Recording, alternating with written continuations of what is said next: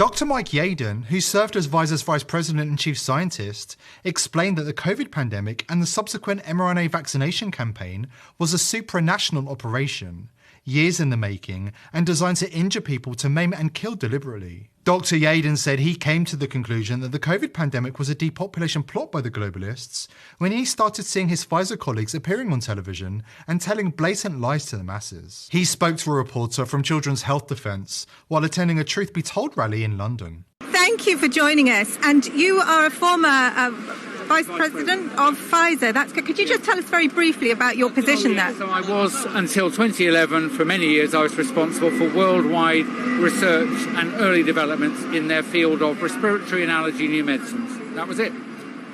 200 people indirectly across a couple of sites.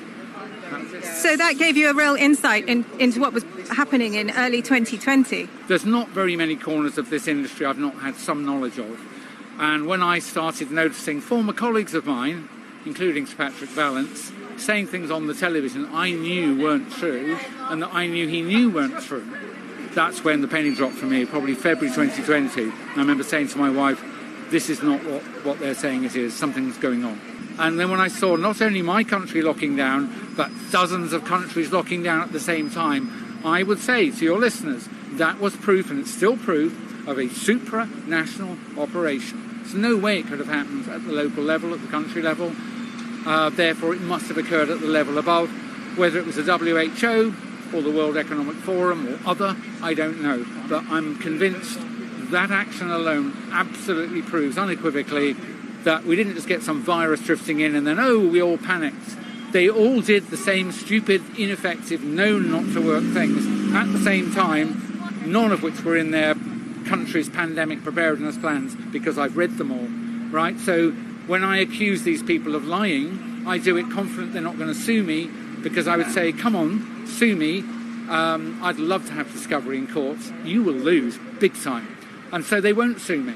What they do is smear me and censor me, and I don't care anymore, because we're facing something much worse than an alleged virus. At the very least, the things people have been injected with, the injuries to people from these so-called vaccines, I'm afraid, I wish I could tell you that it was accidental, but it wasn't accidental. I've spent 32 years in rational drug design. I know, and I knew, and wrote it, before any of them had emergency use authorization, that they were dangerous.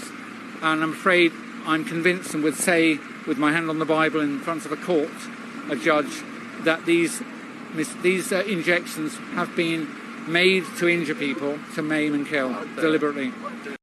It's not the first time a Pfizer insider has blown the whistle, and the mainstream media has done everything they can to cover up the news. Pfizer executive Janine Small made a bombshell admission during a hearing of the European Union's COVID-19 response. Member of the European Parliament Rod Bruce asked Small if Pfizer even bothered testing whether or not the vaccine prevented transmission. If not, please say it clearly. If yes, are you willing to share the data with this committee?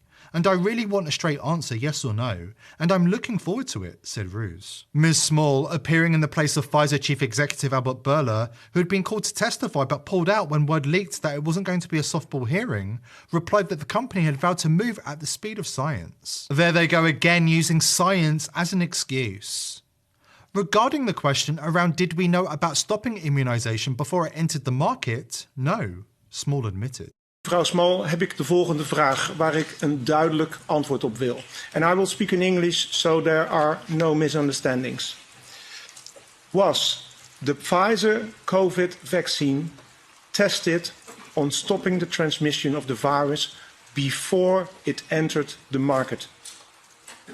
If not, please say it clearly. If yes, are you willing to share the data with this committee? And I really want a straight answer, yes or no, and I'm looking forward to it. Thank you very much. Regarding the question around did we know about stopping immunisation before it's entered the market? No. We had to really move at the speed of science to really understand what is taking place in the market. The astonishing confession by Small raises serious questions about the massive propaganda campaign waged in 2021 to get everybody vaccinated. If they weren't interested in preventing the transmission of COVID, what were they interested in doing? Wait, don't tell me. Spreading the transmission of turbo cancer? For which we will need to be vaccinated with a new and special mRNA vaccine.